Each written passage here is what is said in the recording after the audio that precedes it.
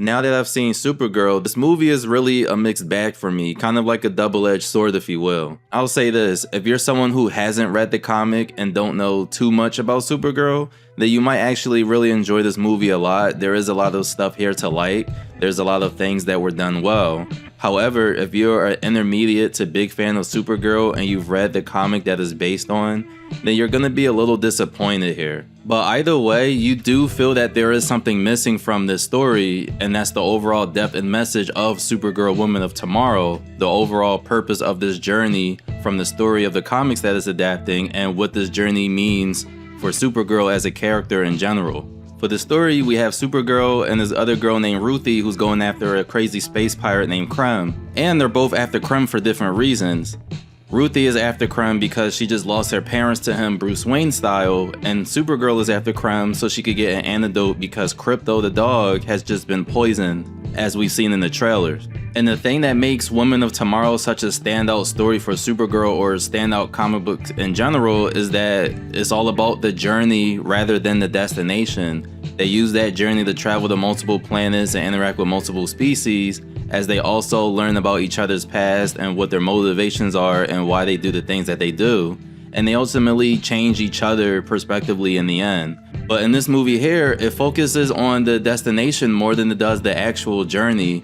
And this doesn't allow audiences to enjoy the journey of traveling to different planets and getting that character development from Supergirl and Ruthie that was very much needed, especially since this is a brand new beginning of the DC movie universe. And cutting out 90% of the story from the comic like this does unfortunately give the movie weird and bad pacing at times. It seemed like the fast, good parts that we all enjoyed were too fastly paced, while the slow and boring parts were dragged out. There were certain scenes where I said to myself, I wish this would have lasted a little bit longer, and there are other scenes where I'm saying to myself, alright, I get it already, let's move on. And speaking of dragging things out, a lot of the fight scenes here felt like they were dragging out, because they are doing that thing from the Superman movie where the Kryptonian character is weak for 90% of the film, starting off from the very beginning. And it only worked in the Superman movie because Lex Luthor was relentless and he's known Superman for a while, so he's had the money, time, and resources to build weaknesses against him.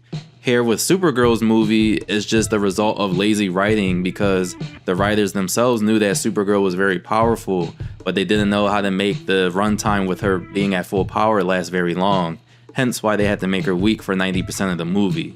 Without spoiling too much, imagine Wolverine from any cartoon from the 90s to the early 2010s. He has these indestructible adamantium claws that could cut through anything, but they're not allowed to show that he could cut through people, so they make him use his feet for kicking instead, and his claws are only used for blocking or cutting a robot.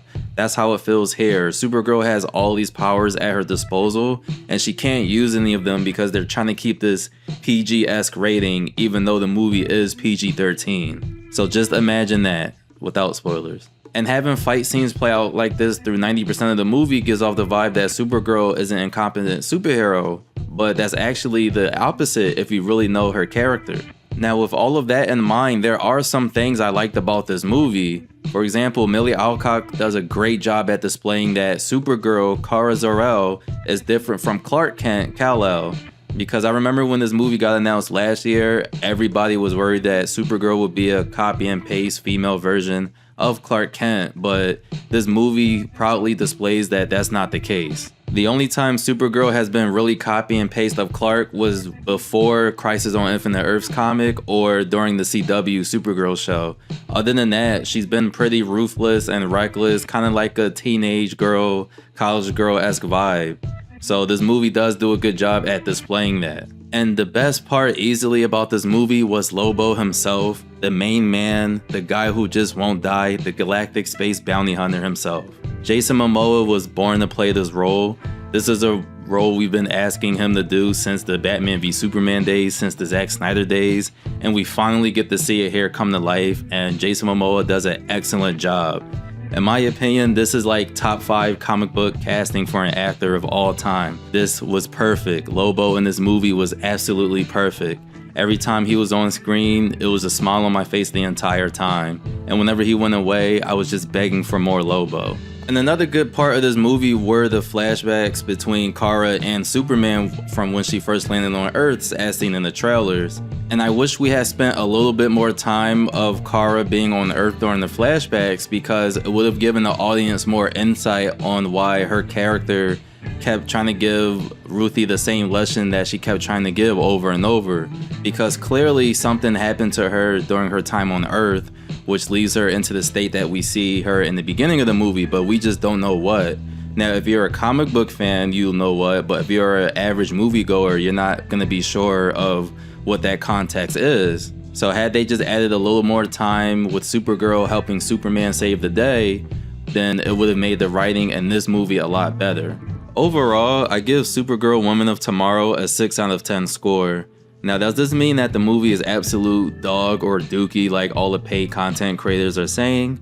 No, absolutely not. This movie is just fine. It's just a average movie-going experience. Even though this movie does have a lot of potential hidden within it, it fails to fully unlock that potential due to the movie suffering from a lack of context when it comes to character motivations, and also poor and cheaply written action sequences or power scaling. And this is unfortunate because it's not a terrible movie. It's not Thor Love and Thunder bad. It's just average, but it's just really missing a lot of things that will make it great.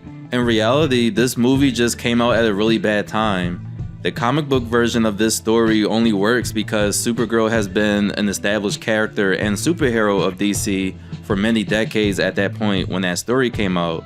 And here in this new DC universe, we barely know this version of Supergirl and what her experiences are on Earth. So it forces the film to do a lot of telling rather than showing. Had they been able to show us more, then this movie would have been a whole lot better. So that's going to be about it for this review of Supergirl Woman of Tomorrow. If you've seen the movie already, let me know what you think in the comments section down below. Also, be sure to hit that like and subscribe button along with the notification bell so you can get alerted when I make more videos. And until the next one, I'll see you guys later.